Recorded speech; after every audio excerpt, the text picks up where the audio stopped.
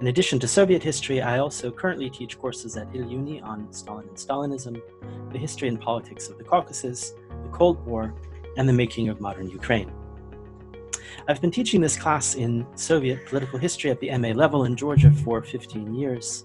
for 5 years in the 2000s at Tbilisi State University, and now this will be the 10th year at Ilia State. Soviet history is a dynamic field, both in the West and in the former Soviet space, and has become even more vibrant with new questions that have been provoked by access to archival and other materials, which have in turn offered new ways of looking at this history. This course is a survey of the larger picture political contours of Russia and the Soviet Union in the 20th century, beginning with a background of the Tsarist Empire and the emergence of revolutionary thought in the 19th century, the Russian revolutions and civil war, the establishment of the USSR, the political and ideological conflicts for succession and direction of the 1920s, Stalin's revolutions from above of the 1930s and the war,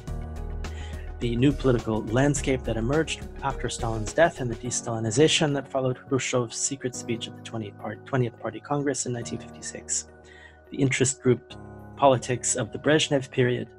and the ways in which Gorbachev's attempts to reform the system through his perestroika policies unleashed centrifugal forces that in the end led to the collapse of the entire Soviet system. Throughout the course, political emphasis will be placed on the national question and the Soviet nationality policy, and particularly on the ways in which the Soviet periphery came to play crucial roles in the politics of the Soviet center. Another underlying focus of the course is the historiography of the Soviet Union, the changing ways in which the USSR has been studied, and how those approaches were themselves products of the political contexts of their own times.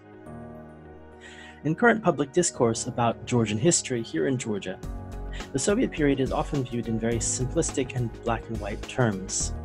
most often through a dual prism of great suffering and persecution on the one hand and heroic resistance on the other. While there are certainly elements of both of these things in the history of 20th century Georgia, in my view, the reality is both far more complex and also far more interesting. For better or worse, modern Georgian history can only be understood on the broader background of what was taking place in the Tsarist and Soviet empires of which Georgia was a part,